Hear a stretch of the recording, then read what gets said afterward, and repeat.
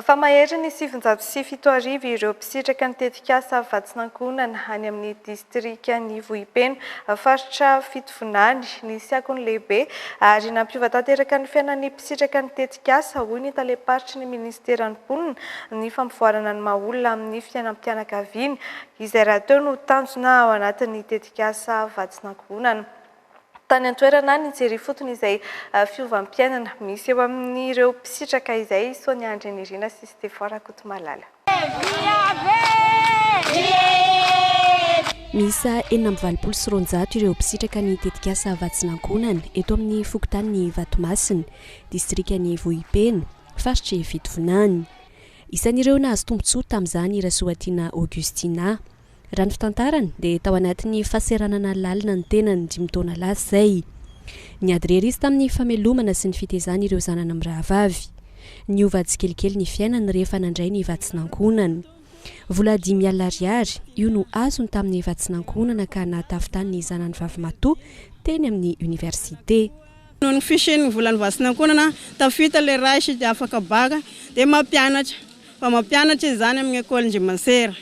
Dia ny zandriny zao avelahy mama hoe izay tazomako an'ity fa efa be ny vitanao dia izy kosa zany mikarakara ilay zandriny ao amin'ny manseragna ao. 5 alina vola iresiko dia ny 2 alina zany ampiasaina dia ny 2 alina vidianana cahier-n-jaza, vidianana ny cartable dia ny 2 alina zany asariana dia ny tombombaritra amin'ireo zany mba amin'izay isan'andro aloha mandra-pa. Dia raha misy zany sy fahasalaman'ilay zaza dia isikirina aloha ilay tahiry satria isaka 2 volana ny Vatsinankonana vao iraisina.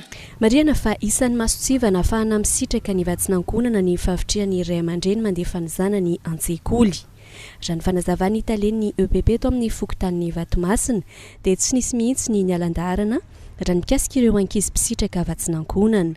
Ankoatra io dia tsapa ho izy ny fiakaran'ny fari-pahaizana ireo mpianatra. Navitrika, tena vitrika tokoa ny mpianatra ary maro niditra tao an-tsekoly. Ny antony dia manampy tokoa ny mitondra fanjakana ary hitan'ny fanjakana fa sahirana tokoa ny ray aman-dreny raha tsisy ny fanampiana. Ny roborobo ny mpianatra tafiditra ao an-tsekoly ary hita tanteraka ihany koa fa ny voatra hatramin'ny sy ny Vatsinankonana ny fanabeazana tao ny tapahafana. Jaivina fa tetikasa isan'ny taonany maro ny Vatsinankonana.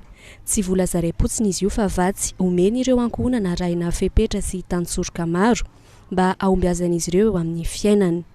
Ny tena tanjona ato zany ny fampianarana ny zazakely. Tosika ihany nanaovana an'le Vatsinankonana zany fa ny tena zava-dehibe agnatin'ity zany dia ny fanentanana azy ireo hiatrika ny fiainany fa tsy hoe ny fanomezana vola ny tanjona. Omena fiofanana ny reny mavitrika. Dia ny reny mavitrika zay mampita agny amin'ny mpisitraka zany avy eo hoe zao ny fiofanana nomenanay tagny dia ohatra hoe efa mpifanana ireo miresaka fahadiovana. Ho an'ny eto Vohipeno manokana dia misy 10 ireo fokotany misy ny tetikasa Vatsinankonana izay ahitana mpisitraka 13 sy 707 arivo.